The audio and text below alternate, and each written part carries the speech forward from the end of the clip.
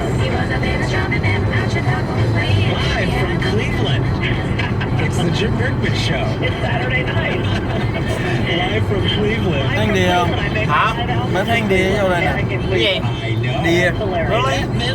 So happy to be Ở đâu? talking with Mới you. chạy vô. The re-release Yeah. deluxe edition of your Nó có first ngoài đường album không? called The Divine Thấy nó từ Misfit. ngoài lề What chạy an vô. album it is. Thank you very much. It was a really happy time in my life. It was a really happy time for my band and a happy time for everybody that was involved. We had a wonderful time making the record. The public really liked it. So I'm very Chị thấy mấy proud chị thắng lại không biết gì of the trước. time, of the music, of everyone that participated. It was a wonderful time. Well, you know, something like Boogie Woogie Bugle Boy, at the time, the idea that would come out and that it would catch such buzz and be so iconic, I just think it's the coolest thing that a song like that you recreated it. It made you such an original, and I love that in a time in the 70s when, you know, it was probably the last thing people would expect to hear on the radio. I think it was a shock to the system. You know, the truth is that it wasn't that long after that war. I mean, like barely 27 years or something like that. They hadn't heard that kind of music for that long. So I think when the old timers heard it, it made them sit up straight. And when the young people heard it, they hadn't heard it either. So it was a brand new sound for them. It was it launched me basically. Yeah, and it feels like what an eclectic mix of song.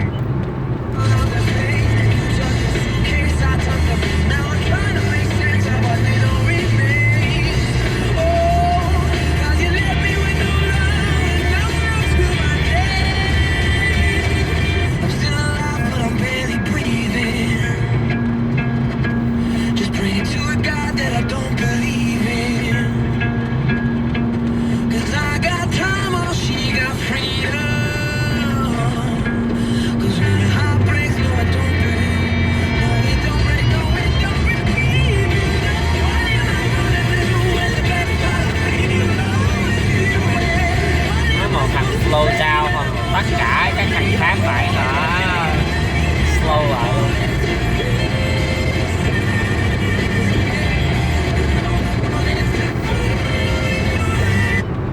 It helped you become more successful? 100%, absolutely. I never will look back and regret working as hard as I did in Because my early 20s. I do Late think 20s. that's something, our work-life balance, I think that message is lost in some of the millennials, because it's not that you're sitting there twiddling your thumbs, but putting in those extra hours actually does increase your expertise. Absolutely, not a question. And you get a lot more done, quite frankly, before anyone else gets in and when everybody else is gone at night. Heck yeah. Lizzie.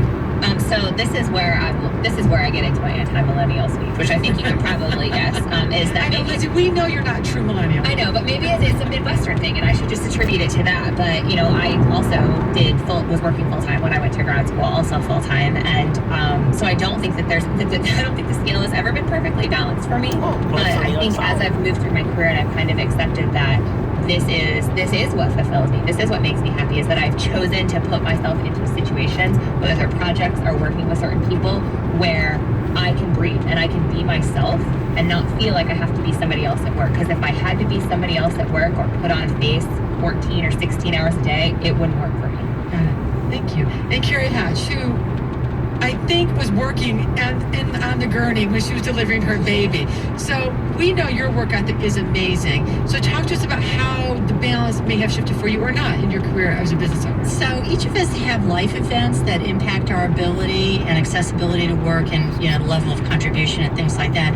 So, you know, whether you're a caregiver or you're having children or your own health, back to the child thing. So when I had my son, you know, worked up, in fact, I was supposed to give a speech the day I delivered, but anyway, so I had to cancel that. I'm which was surprised you canceled unfortunate. that. I did cancel. I had to cancel. I called in. If it was today, she would have Skyped it.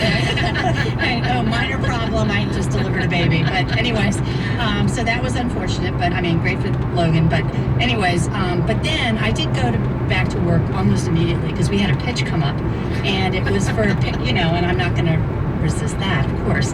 And so we go in and we pitch, and I had to have somebody from the agency pick me up because I wasn't supposed to drive yet, but whatever. How annoying. How annoying. So 48 hours we after go the baby. in. No, you'll love this. We go in, we pitch, we come out. I happen to notice there's like a picture of a baby on the executive's desk, and I said, "Oh, you have children."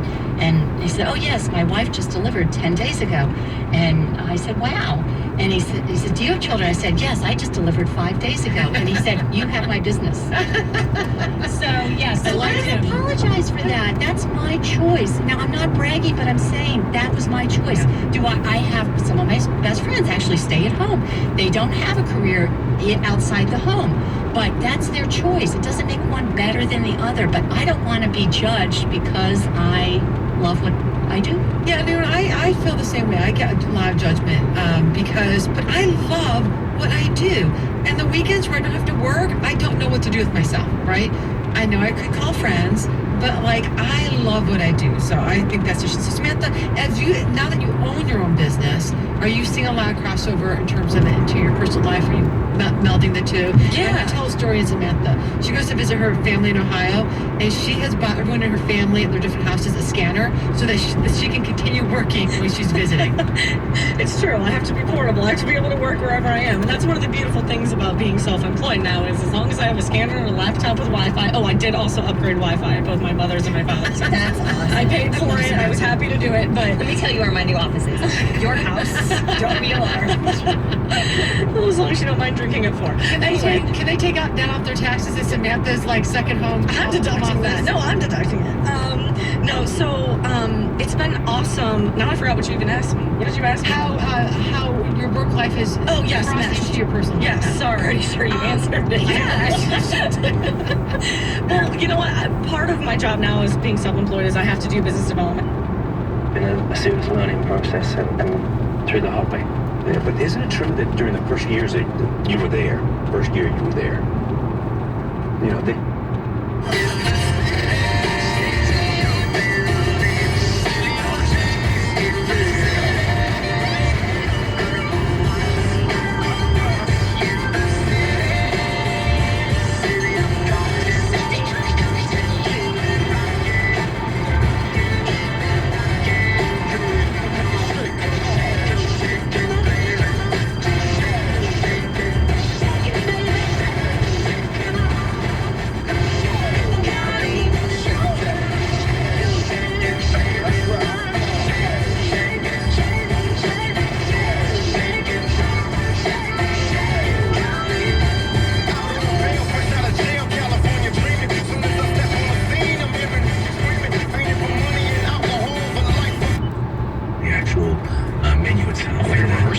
she had 10 of her friends and associates in, and we had a great time, and then we went out and did the dinner, and you walk in there, and you're not allowed to bring...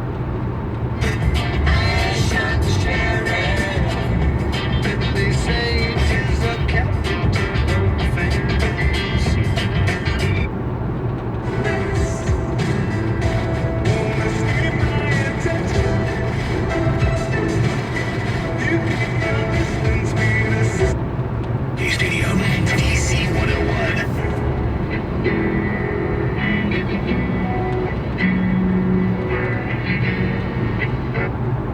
Show or an idea for a future program, email D, that's DEE, at B1015.com. Sunday Mornings with D is powered by Mary Washington. Miss